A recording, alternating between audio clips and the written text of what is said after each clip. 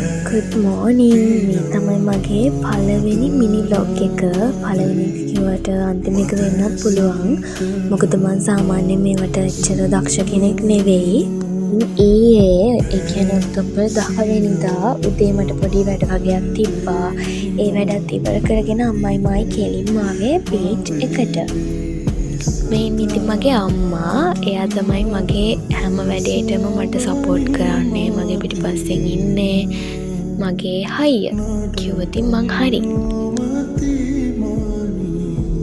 මං වැඩිය ලොකුවට බීච් ලවර් කෙනෙක් නෙවෙයි. මං බීච් එකට ආසයි ඉර බහින වෙලාවට වගේ. මොකද මං ආස නැහැ වැඩිය අවුවට. ඉතින් ඒ නිසා මම බීච් එකටත් වැඩිය ආස නැහැ.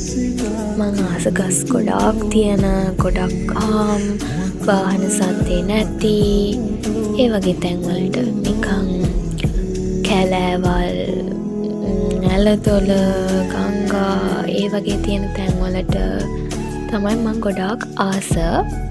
මේ බීච් එකේ ඉඳලා කෙලින්ම ගෙදර ආවේ.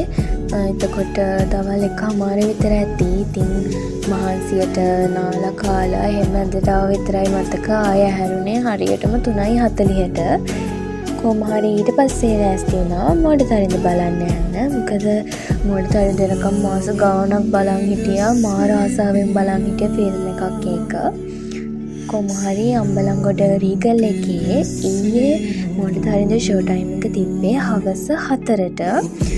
මම නැගිට්ටෙත් 3:40ටනේ. ඉතින් ටක් ගාලා මේ ලෑස්ති වෙනවා. ඒක බලන්න යන්න. කරක්කු වෙන්න බෑනේ. මම සාමාන්‍යයෙන් එළියට යනවා නම් මස්කාරා එකයි, අයිලයිනර් එකයි, ලිප්ස්ටික් එකයි තමයි ගන්නේ. වෙන මොකුත් මම යූස් කරන්නේ නැහැ. කොම්දන්නේ මේ මිනිස්සු මස්කාරා ගන්නේ දුර තියෙන කණ්ණාඩියක් හරි ෆෝන් එක හරි බලාගෙන. එක කරන්න බෑනේ. ඒව බොරු වැඩ.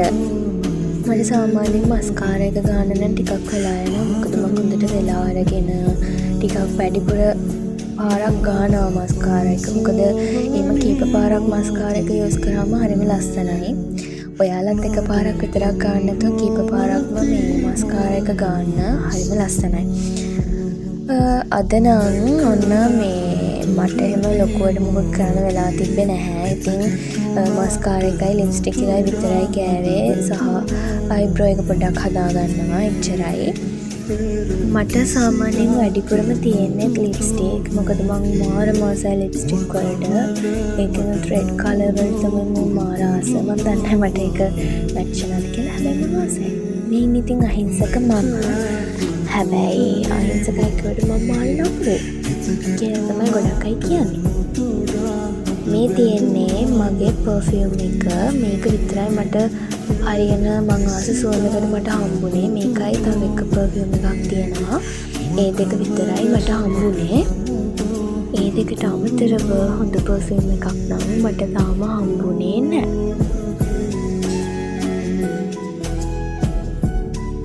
මේක තමයි ඉතින් මං හැමදාම වගේ පාවිච්චි කරන කොණ්ඩගට්ට. කොච්චර කොණ්ඩගට්ට තිබ්බත් මේක තරම් හරියන්නේ නැහැ මොකක්වත්.